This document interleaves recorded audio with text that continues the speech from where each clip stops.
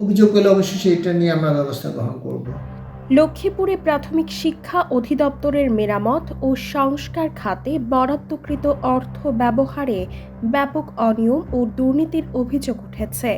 ভোটকেন্দ্র হিসেবে ব্যবহৃত সরকারি প্রাথমিক বিদ্যালয়গুলোর সংস্কারের জন্য দেওয়া এই অর্থের বেশিরভাগই কাগজে কলমে ব্যয় দেখানো হয়েছে বলে অভিযোগ।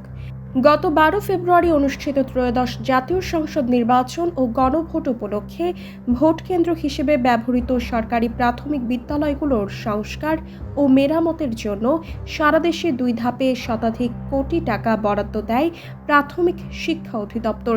এর মধ্যে লক্ষ্মীপুর জেলার 311টি বিদ্যালয়ের জন্য গড়ে 50,000 থেকে 1.5 লাখ টাকা পর্যন্ত বরাদ্দ দেওয়া হয়। বরাদ্দের শর্ত অনুযায়ী বিদ্যালয় ভবনের ক্ষতিগ্রস্ত কক্ষ, জানালা, দরজা, বেঞ্চ ডেস্ক, স্যানিটেশন ব্যবস্থা, বিদ্যুৎ ও পানির লাইনের জরুরি সংস্কার করার কথা ছিল।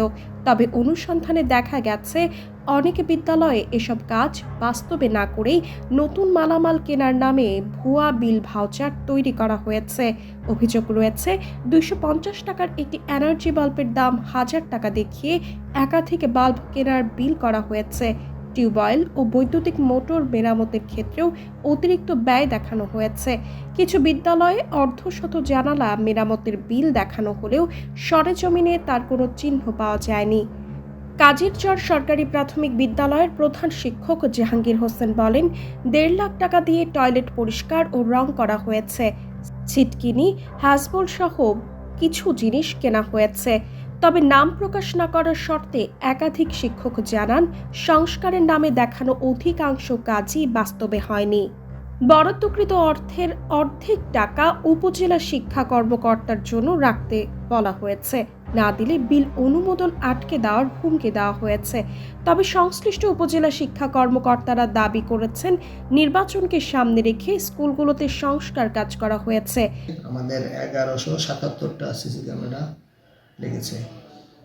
এই সিসি ক্যামেরাগুলো নির্বাচন সময় তো ছিল, এখন পর্যন্ত সেই সিসি ক্যামেরাগুলো যেগুলো বাইরে লাগানো হয়েছিল, যদি নিরাপত্তাজনিত কোনো সমস্যা থাকে তাহলে সেগুলো আমরা ভিতরে স্থাপন করার জন্য, খুলে আবার ভিতরে স্থাপন করার জন্য আমাদের মন্ত্রণালয় থেকে এটা একটা নির্দেশনা দিয়েছেন। কার্যক্রমের জন্য কতটি বিদ্যালয়ে বরাদ্দ এসেছে এটা আসলে যেই উপজেলা, সেই উপজেলা ভিত্তিক উপজেলা শিক্ষা অফিসারদের কাছে আছে টোটাল হিসাবটা।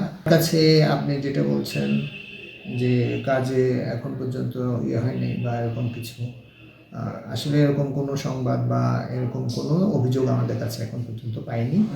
অভিযোগ পেলে অবশ্যই সেটা নিয়ে আমরা ব্যবস্থা গ্রহণ করব।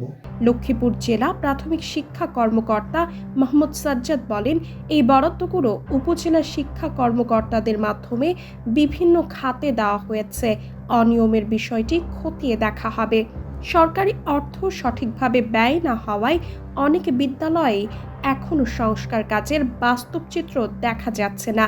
বিষয়টি দ্রুত তদন্ত করে দায়ীদের বিরুদ্ধে ব্যবস্থা নেওয়ার দাবি জানিয়েছেন সংশ্লিষ্টরা। অভিযোগের বিষয়টি তদন্তের আশ্বাস দিয়েছে প্রাথমিক শিক্ষা অধিদপ্তর।